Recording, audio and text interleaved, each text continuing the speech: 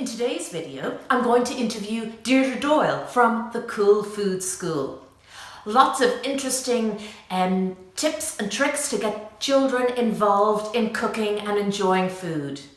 Make sure you stay tuned to the end to see her 3 tips to improve the health of the nation. Enjoy the video.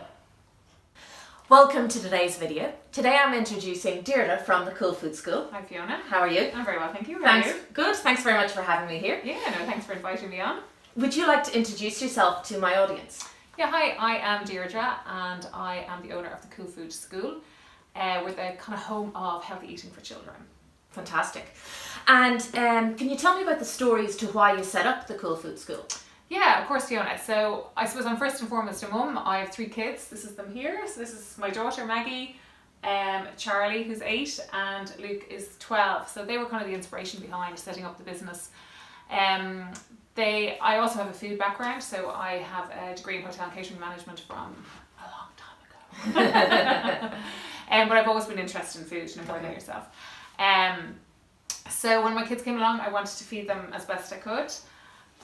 And that was great, so I breastfed them and I made everything from scratch and did everything right, and that was fine. I was in control of everything until they went to primary school, and then things started to fall apart because they started to see what other kids were having, and they were getting older and they started to see what was out there in the greater environment. And I started to go, this isn't great. And then I went back and retrained as a health coach about 4 years ago with the Irish Institute of Health and Nutrition, but always with the plan to work with kids. So I started reading a lot about childhood obesity, and again seeing what kids were eating and seeing what was available for kids, like in restaurants. It's really not great. I was a food ambassador at Food on the Edge recently, and I did say to the chefs in the room, there's about 200 chefs, Irish and international chefs, I did ask them to consider kids as a higher priority when they're constructing their menus, and to inspire chefs around them that may not be cooking at the same level as they are. Yeah, great. That's fantastic. That must have been a great experience for you, was it? Yeah, it was amazing. What an honour to be asked by JP to be an ambassador, and a great platform to be able to talk about food education for kids. So yeah, it was amazing. Great 2 days. I'm sorry I had to come home. I know, I loved it when I was there. No, it's fantastic. So can you tell us about what offering does the Cool Food School have? Yeah, Fiona, so we do a number of different things. I suppose 3 main strands. I go into preschools and work with preschools. So I offer a 6-week program where I would come in and teach a little workshop once a week for 6 weeks. So it's all based around vegetables, really, because I think that's where the problems lie for most kids, is with vegetables. So there are things like, we do a little bit of circle time for us, the kids. We might talk about different varieties of food, might talk about where it comes from, because I'm all about teaching, kids that food is, the origins of food and what it looks like in its raw state before it's, processed and packaged and stuck in a burger or whatever. And then we'll do an activity. So the activity could be based on, we could do a food game, so I do food bingo, or we do blowing peas or squashing tomatoes or story time, anything like that. But the kids interact with the food. So the kids get to smell, feel, touch, taste the food, but tasting is not the be all and end all. And then we use these, so this is a safe knife for kids and a safety peeler that I import from Australia. So I use these in the workshops all the time. Fantastic. And that really empowers the kids to get in and down and dirty with the vegetables. So they can't cut themselves. They can't cut themselves, they're really safe. I use them with 3 and 4 year olds all the time. And did I see you cutting pumpkins with those recently as well? Yeah. It's based on a pumpkin carving knife. Okay. So, but it'll cut anything from a pumpkin down to a strawberry. So great. And how much are they? They are €10 each, or we could do a little set for 18 if you were to buy the 2 of them together. So say, for example, a little set like that, they would be €18. Okay, might be a good stocking filler. And they can be bought on your website. Yeah. Right, we'll give all the details of that in a minute. Yeah. Okay. So that's we got a bit sidetracked there. So so the preschool, I do either a 6-week program or a one-off workshop. Okay. So, for example, I'm doing one-off workshops now coming up to Christmas, and it's all about getting the kids to make a healthy treat for Santa. Okay. So I get all dressed up as Santa's first cousin Clara, and I come down and I go into the school and I say to the kids, okay guys, we're going to Mrs. Claus has sent me down, because Santa's too busy. Mrs. Claus has sent me down to ask all the kids to make a healthy treat for Santa. And then it involves peeling and chopping carrots, and we use oats and all sorts of stuff, and we make power bowls. So it's a lovely sensory little workshop, and the kids love it. And I'm just finished doing my Halloween workshops, where I was driving around looking like a I don't know what. And that was all about pumpkins, and teaching kids that pumpkins aren't just for carving, that because the kids are like, oh no, you can eat a pumpkin. Yeah. So it's all those, it's food education. It's educating them about food. Yes. So I'll do one-off workshops for Halloween, Christmas. I'll have one for St. Patrick's Day, one for Easter, one for summer, and then I have any of my workshops can be done as a one-off workshop. Fantastic. Okay. And then I also do those, Fiona, at Bloom. At loads of events. So I have spoken this year. I've done workshops this year at Bloom, Taste of Dublin, Taste of Wicklow, Taste of Donegal. I was at Savour Kilkenny there a couple of weeks ago. Festival of Food in Airfield. I'm just back from Samhain, the Hinterland Festival in Kells. So I do a lot of events like that, where I do my workshops, and then I might also sell the kitty cutters and stuff as well. Fantastic. Okay. And not finished yet. So I suppose so I've created those workshops myself. But when I was doing some of my research into the business, I came across Sapere, which is a sensory food education method, which is based on a French method of food education, and it's taught all over the world. And that involves me really teaching the teachers how to teach it. So it would be something that teachers would teach throughout the school year. It's very sustainable for teachers. It's very cost effective, because it could be as simple as bringing an apple and an orange into the classroom and saying, okay guys, what's this? And they'll say it's an orange. What's that? They'll say it's an apple. Well, how do you know that's an orange? And how do you know that it's not an apple? Just by looking at it, do you know? And so you get them to describe the differences between the orange and the apple, and then they get to taste it. So it's just bringing food into the school curriculum in a really positive way. So that's the second thing I do. So I'm looking for schools where I can go in and teach teachers in their co-park hours. That program is designed as a not-for-profit program, so I am looking for government funding, and I'm, that's an uphill struggle. I can imagine. And then the third thing I do is I have a small shop where I sell kiddies cutters. I have a lovely cookery book. Not my own, unfortunately, that's coming. And a few other little things that encourage and support parents to help their kids, have a better diet, I suppose. Yeah, and it's great getting kids involved in the kitchen. I know my own kids love cooking, and then sometimes I do the parent and child demo where they're together. And so it's great to encourage it with everybody. Absolutely, and I don't know, there's hardly a child out there that doesn't like cooking. Mm-hmm. But it's up to us as the parents to bring them in and to draw them in and to include them in cooking. And I suppose it is very challenging because not every parent cooks for a start.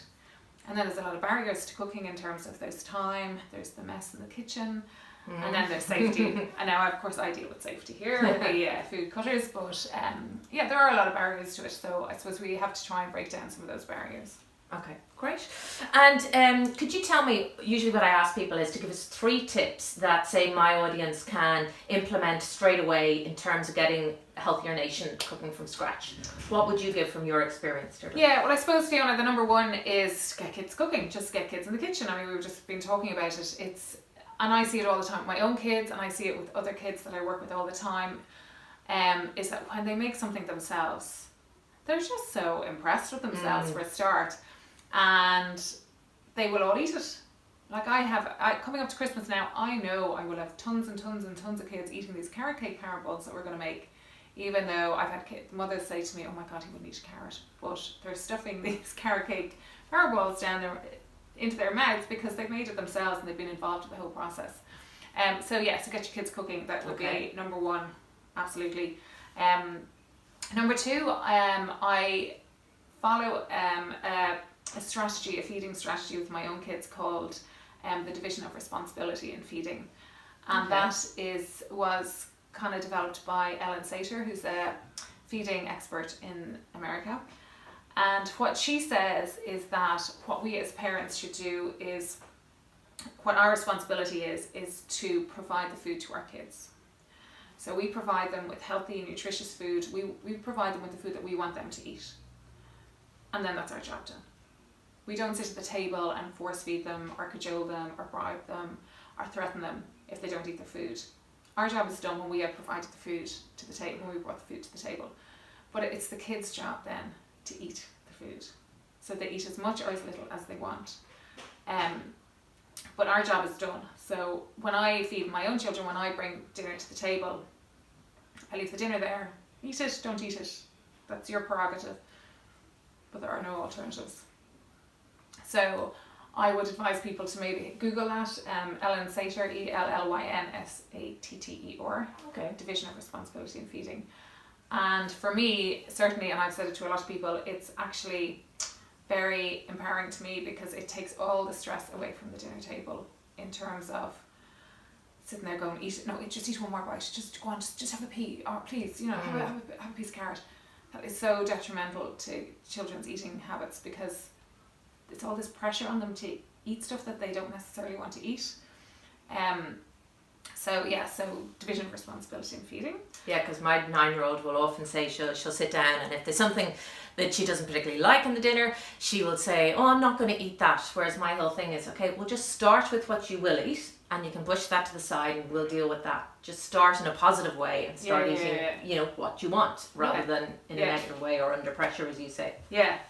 So putting kids under that pressure to eat is really detrimental. And bribing kids, so saying to them, okay, eat your broccoli and I'll give you an ice cream afterwards, is absolutely, all the research shows that teaches the child to love the ice cream more and the broccoli less. So it's counterproductive. So take the pressure off the kids. Yourself, if you're under pressure to perform, it's really hard. Yeah. We don't give our kids a round of applause if they eat a lollipop or a jelly, but yet we do it when they eat broccoli. So, there is shift that balance, really. Yeah. And then I suppose the third thing that I would advise is just get more vegetables anywhere you can possibly into the diet. So, for breakfast, always include a vegetable in your smoothie if you're making a smoothie for the kids. At lunchtime, make sure there's always, my kids love raw vegetables as opposed to cooked vegetables, so I would nearly always have a platter of raw vegetables on the table. So I'd have tomatoes or sugar snap peas or carrots, they're all ready to go, and then they can eat them that way or they can eat them cooked, whichever they prefer. And then in my dinner I would always put 17 vegetables probably. But often, so if a recipe calls for, say, like a chicken and broccoli pie, I'll make a chicken and broccoli and spinach and pea pie. I'll always be throwing in extra vegetables. Yeah. Because inevitably there's going to be a vegetable they don't like, so they won't eat that, or they'll just eat around the vegetables in general. But the more there are, the more likely they are to eat them, I think, anyway. And where would you lie in the whole seasonality of things? So you've got the sugar snaps and things, which very seldom are going to be from Ireland. Would you advise people to just try and introduce them to as many as they can, or would you focus more on what's local, or how do you feel on that? Well, I suppose the reality for me, Fiona, is I'm a working mother with 3 kids, and to get stuff that's in season all the time, I don't necessarily get that in the supermarket.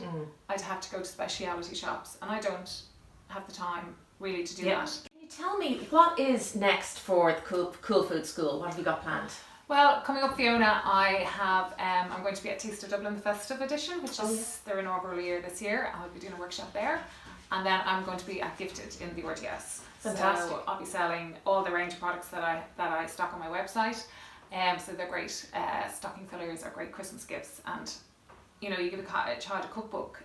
I've seen that with my own kids when I give them cookbooks, that it really sparks their curiosity and their interest in food and gets them started on cooking. So I think cookbooks and anything to do with cooking are a great gift for kids. And then next year, looking at all the events I'm going to go to next year. Wow. So this is kind of only my second year in business. So last year I was still testing the ground. This year I've been much, much busier, and next year I'm going to go hell for that. With all the It's events. very hard doing all the events with the family and everything. So It is good hard, on you. yeah, because they're all at the weekends. But sometimes, like I brought my daughter with me on Sunday, so I think it's good for them to see what I do. And I mean, she's part of my story, so why would I not bring her with Fantastic, me? yeah. You know. Also, I have a big focus now on getting preschools in for January to get them started on the 6-week program in January. So I'm looking for preschools who are interested in doing that 6-week program. And yeah, so onwards and upwards. I'm Great. Yeah, Well done. I'm hoping for a busy year next year. Fantastic. And one of the questions I love to ask is, what would you choose as your last meal? That's my last meal. Have I done something very bad? I'm afraid it's come to that. Okay. Well, it would have to be vegetable based. Okay. So I don't really eat red meat at all. Oh, I don't eat red meat at all. So I'd like something deliciously, like I love goat's cheese and beetroot and a gorgeous, delicious salad with toasted seeds, some lovely sourdough bread, maybe from the Firehouse Bakery down the road, maybe a little cheeky glass of Chardonnay, and yeah, something chocolatey for dessert. Okay, fantastic. Sounds nice. I love the pairing of goat cheese and beetroot. It's really nice. And walnuts. Candied walnuts or something like Yeah, that. Delicious, yeah.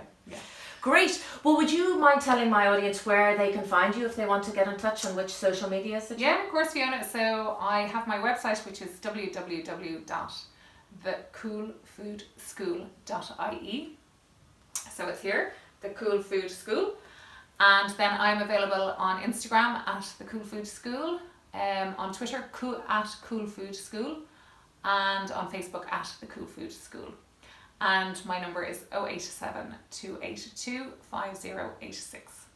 Super. Thank you very much, Deirdre, and I hope you all enjoyed that. Thanks so much for having me on, Fiona. Thank you. Thank you. Thanks for watching today's video. I hope you got something from that interview. Please like and comment below. And why not check out some of my other videos? I've got loads of different healthy recipes, and also maybe something you could make with the kids that they can have at school, like the energy balls. Thanks for watching. See you soon.